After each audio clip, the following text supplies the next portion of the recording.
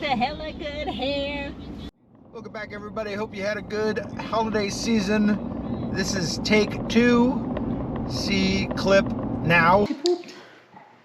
Oh, she did not. And that was even before a baby.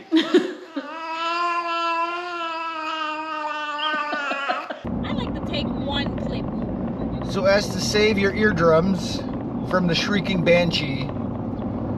He meant the baby, not me. Valid point.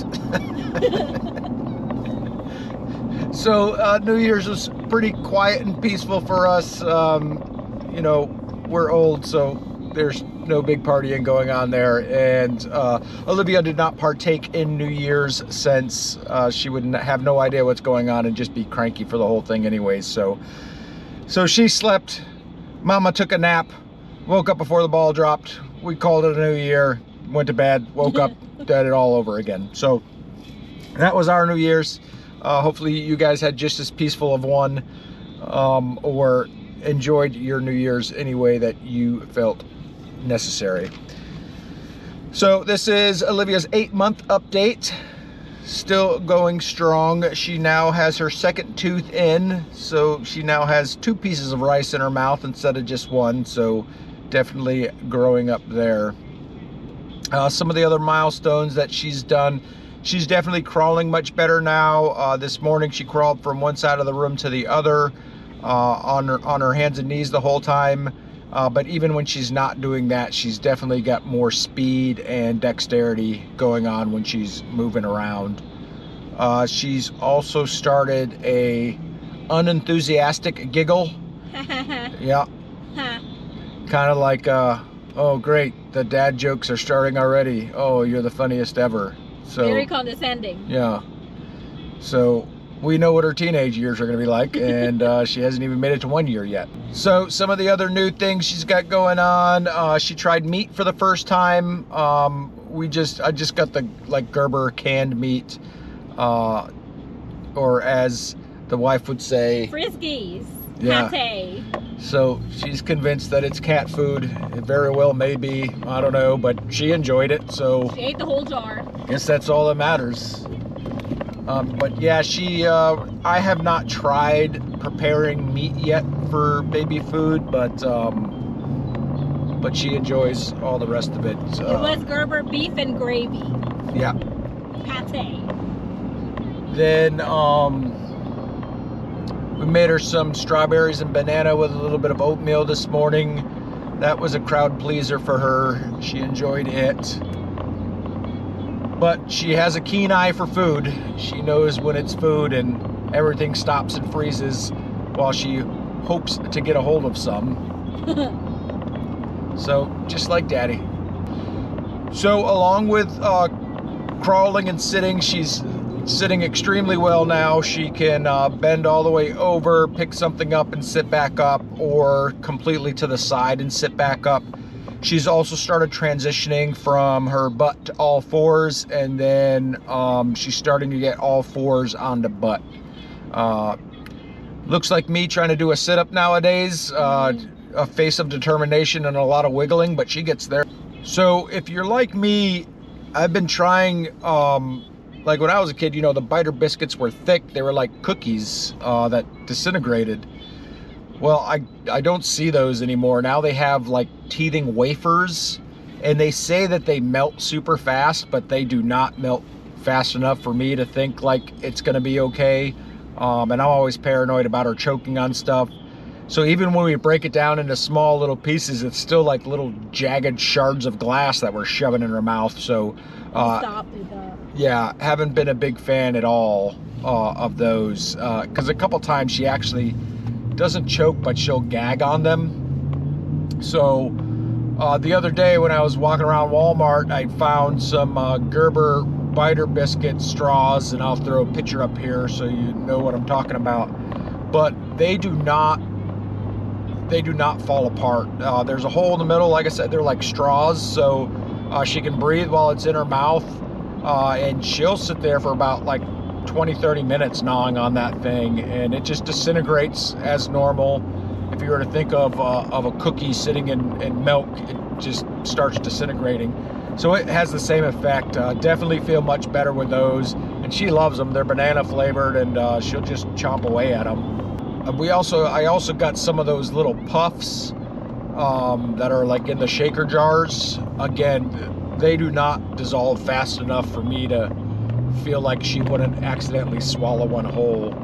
Like, to me, fast dissolving is like putting some sugar in your mouth or cotton candy and it just disappears. That I'd feel comfortable with, but like seltzer. Yeah. Seltzer pills. But those definitely I do not. Not saying that there's anything wrong with them, but I'm just not comfortable allowing her to have them without me like staring her down the whole time to make sure she's okay. So another thing that she does, and unfortunately she loves to do it around mealtime, is she'll breathe like she's gasping for air. Like very dramatically. Yeah, like theatrical almost. And it'll freak the crap out of you. Like she's in a Hamlet play. Like she had did it with me, but when she wasn't eating, when Mama wasn't around, but she did it the other day when Mama was feeding her, and Mama about lost it. I could just hear it in her voice. So definitely an interesting time with that stuff. We've also started her on a bottle to cup transition cup. So if you were to think of a sippy cup, but with the spout being rubber like a bottle nipple. We got one from Nook. As a matter of fact, we're going to pick up some more right now because those things are great. She was like shaking it like it owed her money, and nothing dripped out, so that was awesome. And it has little handles on there, so I can literally sit her in her little seat with one of those cups, and she plays around with it for a while, doesn't make a mess, and then drinks out of it just fine. Like, even when we would put her in her bouncer with like the Dr. Brown's, a 4-ounce bottle with juice in that, she would be covered in juice. With this sippy cup, not an ounce on her. So awesome cup. So if it's something that you're looking to transition from a bottle to a cup, highly recommend them. Like, we're getting sizes to like replace bottles type of thing, so definitely recommend those. So along with her sitting well, it definitely helps out with bath time. So the tub that we bathe her in is a garden tub, so it's kind of deep. You know, I'm old, fat, and lazy, so reaching down there trying to clean her well or get her out of the tub is like extremely difficult, because it's one of those bath seats that you slide their legs in. So of course, you know, she's a kid, you try to pick her up, her legs go every other which way except to come out of the hole. So it's kind of painful getting her out of there. But now she'll sit in the tub. Of course, you know, I'm right there, and my hands are there in case she slips or anything. But it makes a world of difference for bathing. So something else to look forward to. Other things, her sleeping schedule has definitely changed a lot. It used to be that 2 good solid naps a day were given. Now it's more like cat naps. She'll take a couple cat naps. Just before recording, she was, a lot of times I'll sit down on the recliner with her and rock, and she'll fall asleep. And she did, but as soon as her back touched the mat, wide awake, and then like she was fully recharged. She was crabby prior to that. She was probably only sleeping in my lap for about 5 minutes before I laid her down, and that was enough to get her all fully recharged. So losing right now. But now we're in the car, and she hasn't been in the car for about 3 days, so she should be knocked out here any moment now. Right now she is. So she has experienced her first black eye. We're still not exactly sure how she got it. I know she had a red mark there. I thought maybe she had just scratched her cheek with her nail. But then the next morning she woke up and it was black and blue. But there was no pain around it, so I'm assuming she probably just hit her head on, or hit her face on something. because like we talked about before, when she goes on fours, she rocks back and forth. So she'll do that in her crib, and sometimes she'll hit her head on the crib. So I'm assuming that's how she got the black eye too. So now that she is more mobile, you know, now it's time to start really thinking about baby-proofing the house. And instead of like putting 8,000 cabinet locks in the kitchen and everything else, we have archways that separate our rooms, but they're like, you know, 5-foot wide archways. But I did find some retractable baby gates on Amazon. Not sure how well those are going to work, but we'll give it a shot. I don't have them yet, but when I get them on her next update, we'll let you know if they're worth it or not. They're about 60 bucks a pop, and we bought 2 of them because not only is there the cabinets and all the outlets to worry about, you know, we've got cats, so there's litter boxes, and you know, it's just a recipe for disaster. So if we didn't do that, it would take like 6 or 7 gates to block everything off. So really hoping that this method works. I don't know if you've ever tried to put in those little cabinet locks, but oh my, are they a pain in the butt to put in. Somebody else might be great at it, but I am not, and I was definitely not looking forward to doing it. So really hoping that this works out. I'm not looking forward to a baby-proof kitchen at all. We barely make it through an adult-proof, non-adult-proof kitchen, let alone if we put those little tabs on everything. I already hate putting dishes away as it is. If I have to mess with those little tabs to put it away also, we're just eating plates out of the dishwasher because it's not happening. So another thing she starts doing is basically like waving to herself. She'll close and open up her hand. Izzy read that meant it's a sign of approval. I'm here to tell you that she was like giving me my business while doing it. So I don't think, unless if she's like approving the fact that she's chewing me out, I don't know that that's a sign of approval. But it is funny, a lot of times she'll do it when you start singing to her, so it's almost like she's clapping with one hand. So but definitely interesting.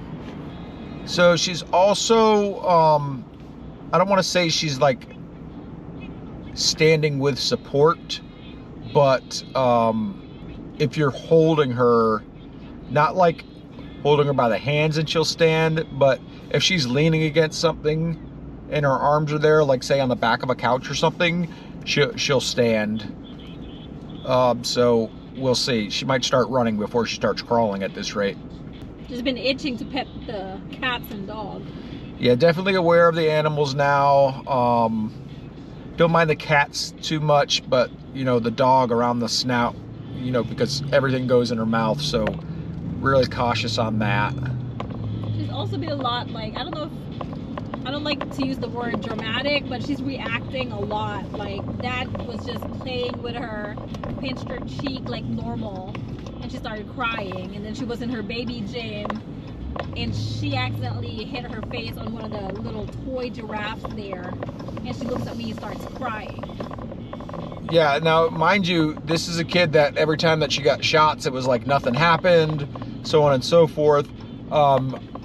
I'm always roughhousing with her to the point where I get in trouble. I've definitely been much rougher with her than I was when I pinched her cheek and she lost it, so definitely exploring her emotions more. Yeah. So she's definitely still growing in length. She's currently in what, 12-month clothes? Well, she wears 9s, but she's running out of space in 9s. So 12s are the, you know, really comfortable ones for her now. Not only comfortable, but easier for me to put on.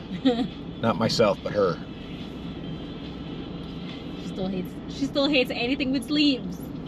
Because she fears, I think she has a weird thing about her hands. If she doesn't see her hands, she freaks out. She thinks somebody stole them. Yeah, and she starts crying. All of a sudden they're gone, and she doesn't know if they're going to come back. She'll miss doing her one-handed clap if she doesn't have a hand. But other than that, I mean, daycare's still going well. No issues there. Still a nice growing appetite. You can definitely see that she has visual depth when she's reaching for things. So No concerns about development or anything. Still nothing much more than the da da da da da. Oh, she said ta.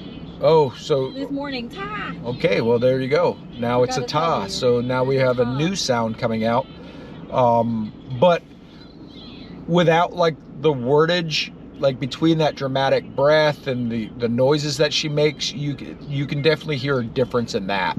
Like, I mean, she still growls because it's her, but like you can hear tone and pitch changing while she's doing it now. So when she's watching Sesame Street, sometimes you'll hear it sounds like she's singing to the music. So yeah. Definitely still some developmental stuff going on. Speaking of Sesame Street, she definitely shows preference for certain characters like Grover, Cookie Monster. Does she even like Elmo? I think she does, right? Yeah, she likes Elmo, but definitely if she's in her gym and she's facing the other way, and then you can hear Grover's voice come over the TV, she spins around to see. Smile. And smiling. Absolutely smiling. At least she can recognize who it is. Like, oh, that's my favorite character. And she knows when we sing to her certain songs, it doesn't really faze her. But if it's a Sesame Street song, she's loving it.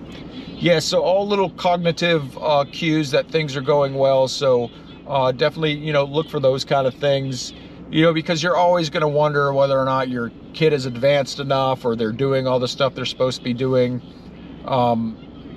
Again, all kids do things on their own, at their own speed, at their own time. But you can look for those little cues to see what might be going on. God, ocean sickness. But we just picked up some more of those bottles, like we said. They're called the Nook Learner Cups. Yeah.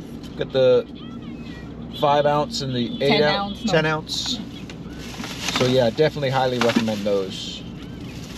We got about 7 of them. And then let's try to see if she's okay with these cheesy puffs. If not, I'll eat them. Yeah, I was gonna say, good thing is if she's not good with them, we'll be good with them. I know how to chew. So yeah, just because of the fact that only having those 2 little rice bits on her gums, she'll not gnash her gums like she's chewing. So it's not that she doesn't understand the concept. It's just I'm too paranoid. So the other thing that we discovered, which is kind of like a great little date night, especially obviously if you have kids, is, so I'm sure you guys have seen like the wine paint and creates or the sip and paints or whatever they call them around there. So they actually have the videos on YouTube, go figure.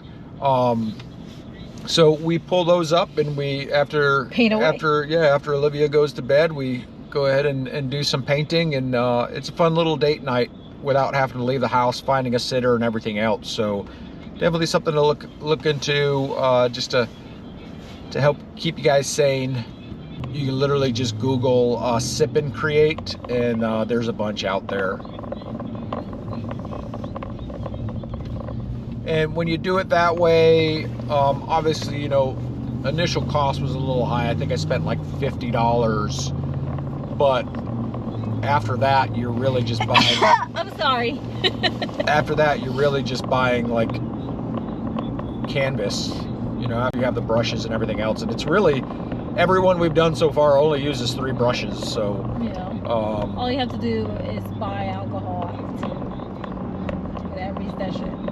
You only do it once a month. So that way the painting looks better if you're not my paint. If you're me. But I think that's all we got for the 8-month updates. Beer goggles and painting. Yeah. Definitely make sure you subscribe if you want to continue to get these updates or get notified when these updates come in. And we appreciate you. Any questions, just drop them down and below and we'll answer them for you. Thanks, guys. Bye.